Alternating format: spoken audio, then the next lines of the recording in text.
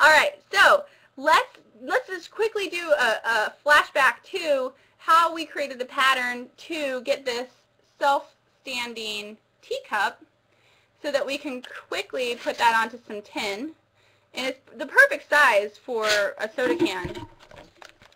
And all you have to do is go back to CraftCam 2010, and we'll just quickly go through, because I know some of you might have not seen that episode, which was a lot of fun to do, I must say. Probably one of my favorite crafts of that season. And all you need is, for your pattern, I just love using these little brown paper bags for patterns, is just cut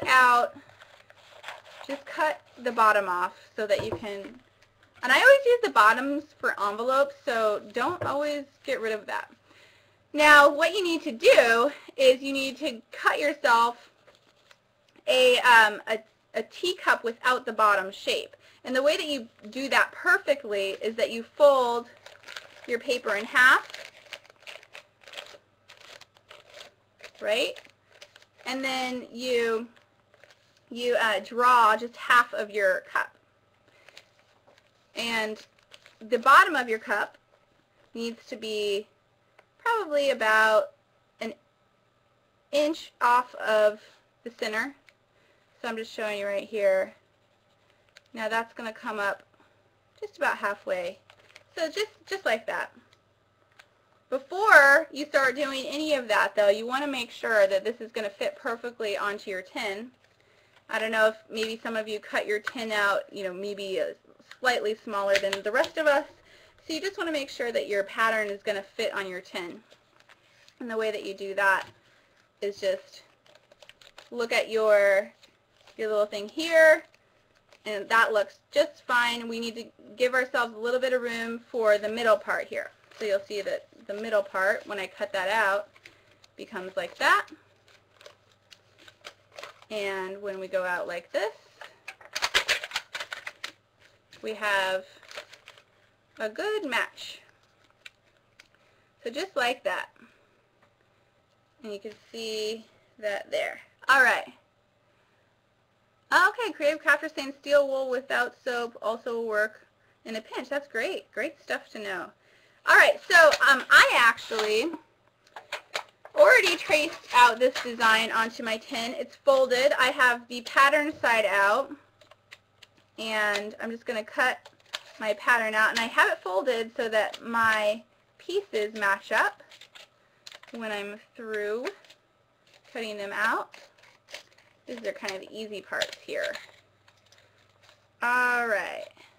I'm so happy that people are stepping in to give us advice about working with metal, because clearly I can come up with the weird snail ideas, but I don't know all there is to know about metal crafting, and I love to hear that. Alright, so the next step, and this is what we did with our paper, our cool little paper teacup, was to flatten this out.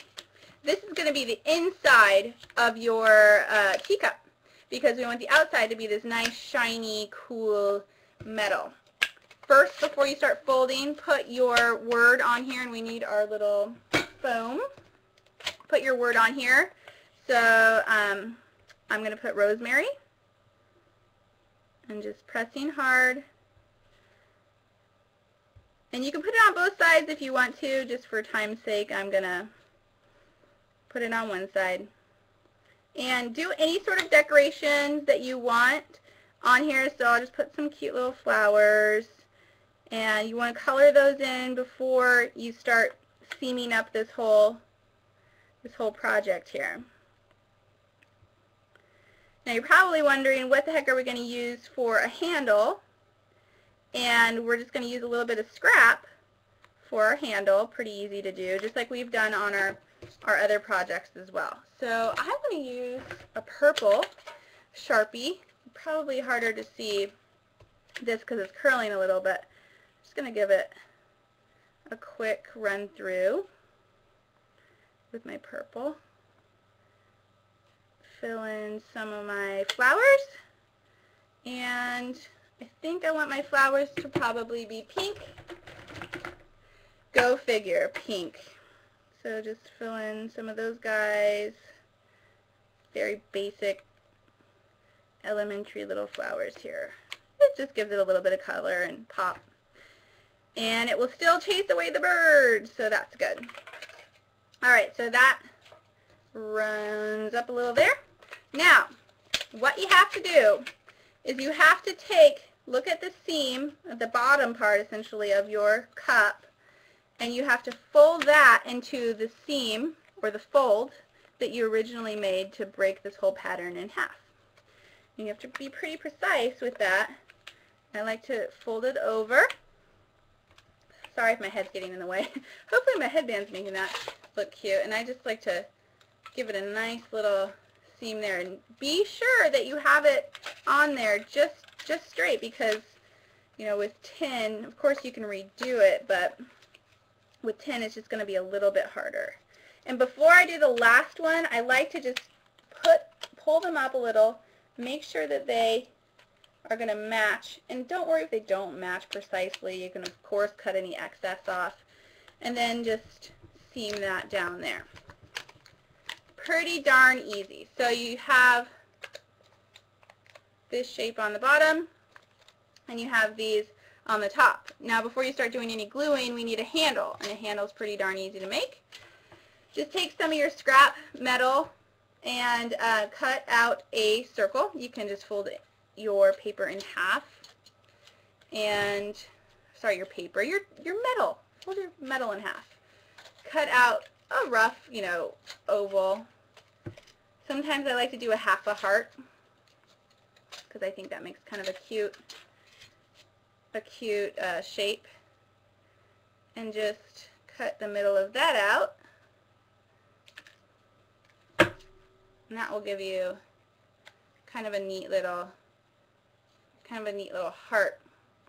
And that should be glued in first, because you don't want that to be left out. So just glue that guy in first. Look at how many crafts we're doing tonight. It's crazy. And I even have more to show tomorrow night. It's insane. So lots of fun things to show. Just put that on one side, whatever side you want to put it on. And then start lining your seams with a pretty good amount of hot glue. I've got a fun use for the center of the teacup. And mind you, this is hot, so be very careful and wear your gloves. Wear your gloves, wear your gloves, wear your gloves. I should practice what I preach, right? I've got a really cute idea, actually a very functional idea for what you can slip into the middle of this.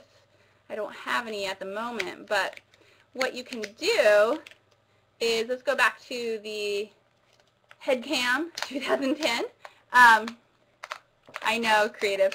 I should really practice what I preach. All right. I keep losing my gloves, though, I swear. All right. So, yay! Bye, Linda. Thanks for coming. That was great seeing you. So, there's my little blingy teacup. Yeah, woohoo! And here's an idea that I had for the middle of it. Is a lot of the times when you get new plants, or plants that I don't know how to take care of a lot of plants, they give you the little instructions. You can slip those in there so that you always have them available, and they're not just the ugly instructions kind of hanging out. And then you just have a cute little marker to show where your plant is and what your plant is, and if you ever forget how many times a day I water it, or you know, that kind of stuff, you can always have that in the center there.